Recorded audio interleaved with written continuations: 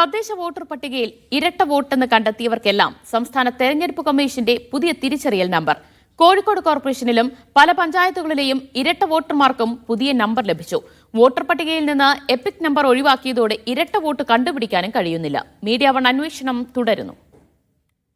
KL 04-025 192 659 എന്ന EPIC നമ്പറുള്ള വോട്ടർക്ക് കോഴിക്കോട് കോർപ്പറേഷനിലെ തിരുവണ്ണൂർ വാർഡിലും എടക്കാട് വാർഡിലും വോട്ടുണ്ടായിരുന്നു. ഇത് ഇരട്ട വോട്ടാണെന്ന് കാണിച്ച് രാഷ്ട്രീയ പാർട്ടികൾ പരാതി നൽകി.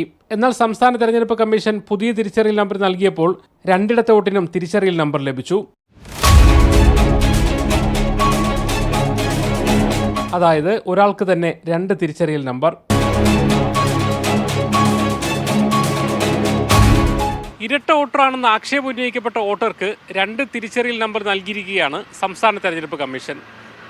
ചുരുക്കത്തിൽ ഇരട്ട വോട്ടിനെ അംഗീകരിക്കുന്ന രീതിയിലായി പുതിയ സംവിധാനം. ഇത് ഒറ്റപ്പെട്ട സംഭവമല്ല. കോഴിക്കോട് കോർപ്പറേഷനിൽ മാത്രം നിരവധി ഉദാഹരണങ്ങളുണ്ട്.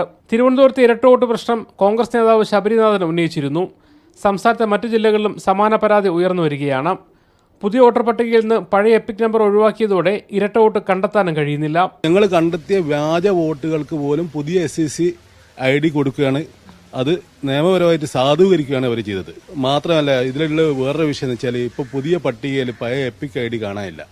പഴയ എപ്പിക് ID കാണാനില്ലാത്തതുകൊണ്ട് തന്നെ നമുക്കത് പരിശോധിക്കാൻ പറ്റാത്ത ഒരു സ്ഥിതിവിശേഷം കൂടിയുണ്ട്.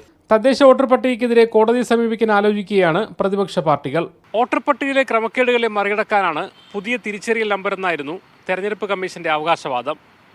എന്നാൽ വോട്ടർ പട്ടികയിലെ ക്രമക്കേടുകളെ അംഗീകരിക്കുകയാണോ കമ്മീഷൻ എന്ന ചോദ്യമാണ് ഇപ്പോൾ ഉയരുന്നത്. Muhammad Aslam, Media One, Kozhikode.